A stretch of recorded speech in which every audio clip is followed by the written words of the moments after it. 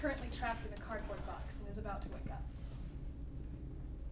We, the audience, can see very few peculiarities pertaining to this box, except it is a trifle larger than usual and has stamped fragile, treat with care, keep upright, and battered corners that would suggest it has neither been treated with care nor kept upright. Look, Ted is waking up.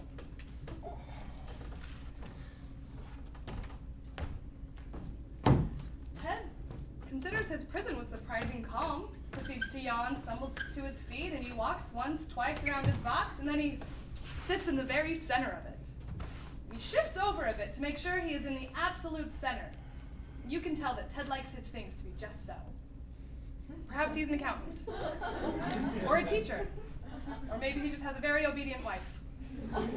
Or maybe he has a husband. He is sure he has a spouse, but that is all he is sure of. Ted decides that he'll worry about remembering more later. He's a very practical man. Marital status? Married. Ted is relieved that he is in the box. It is comfortable and quite spacious. He is uninjured except for some cramps, suggesting he's been bumped around a lot in the box. But he decides to relax for a while.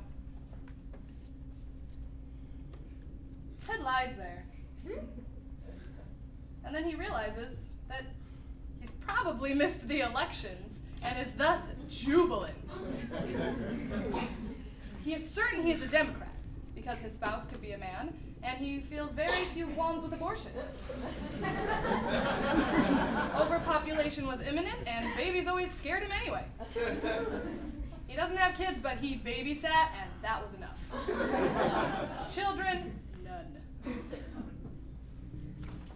Ted is feeling refreshed and having just woken up energized. He's very fit, so he decides he must jog a lot, and he runs several laps in place, does some push-ups, some sit-ups, some curl-ups.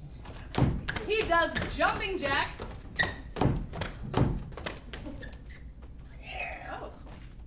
Ted then does some strange stretches because he can't remember any other exercises.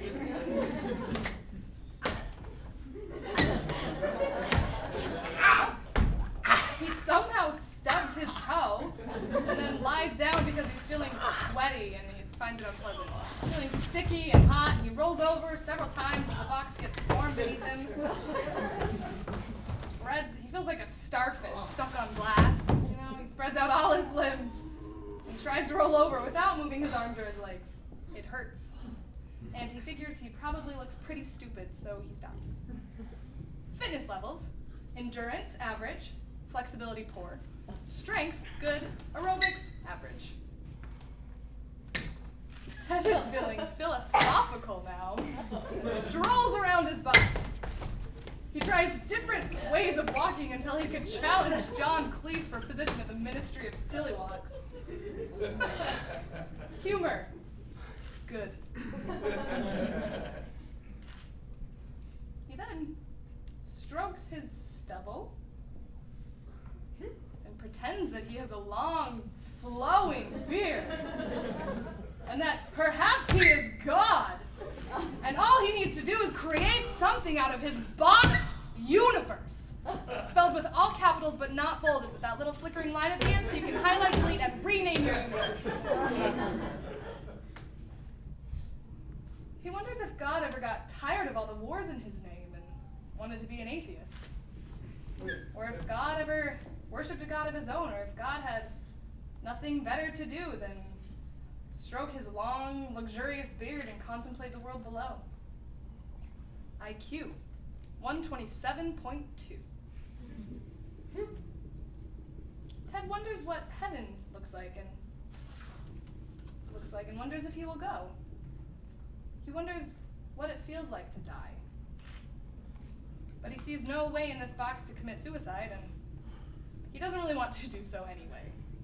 He thinks that it could be painful. Suicidal tendencies, low. Ted is done musing for now and is feeling rather hungry. He reaches for the ceiling, and he feels all around his box. He remembers seeing someone do that once, feel around a box. Except this time the box is visible. He he decides to fill the corners. All of them. Ted slowly realizes that there is no food anywhere. But he can stretch. And he isn't that hungry, so he doesn't mind. Hunger limitations, decent. Ted lies down and focuses on letting go of every part of his body, like he learned during nap time in elementary school, and makes himself comfortable. The box is actually quite comfortable. Albeit a bit hard, Ted decides to fall asleep. Attention span short. Ted lies there for a while, but he isn't in a very patient mood and isn't tired. He gets up and he paces. He remembers seeing people do that in movies. Pace, especially when they're trying to figure something out. And Ted wonders how he got in the box. Pacing isn't nearly as much fun as it looks, and Ted is soon bored. Oh, and he starts jumping up and down on a piece of cardboard to try and flatten it. This quickly loses its novelty, and Ted is once again bored and decides to pace. Patience low. Ted is feeling less relaxed and slowly realizes what has become blatant to the more observant of the audience, that Ted is quite trapped and quite screwed. Claustrophobia is setting in and he feels like the walls are strangling him. Lies down in the corner and practices breathing until he slowly loosens up.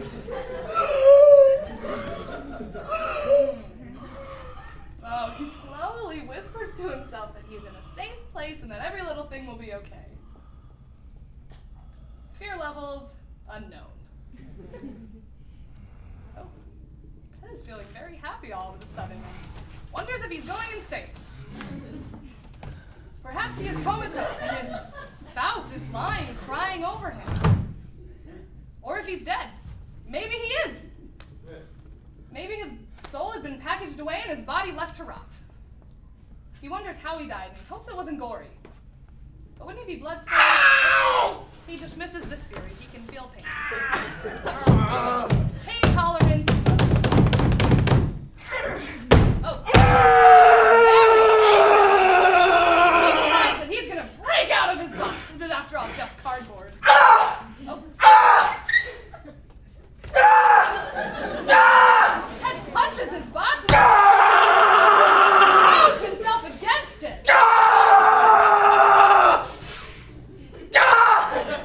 He has forgotten that a very large box means very thick cardboard. He gives up his aimless efforts. Sensibility high.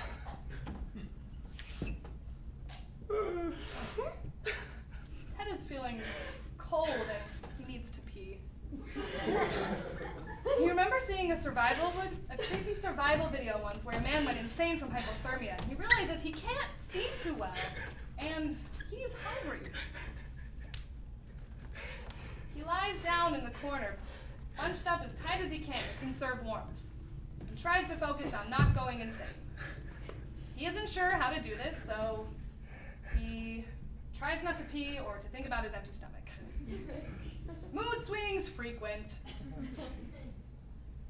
The bidding starts at 7,000. 10,000. I have you at 10,000. 20,000. 20. Do I hear 25,000? 30,000. You're out. 50,000. 50,000? Do I have 75,000? Going once, going twice. Sold to the woman in the red scarf.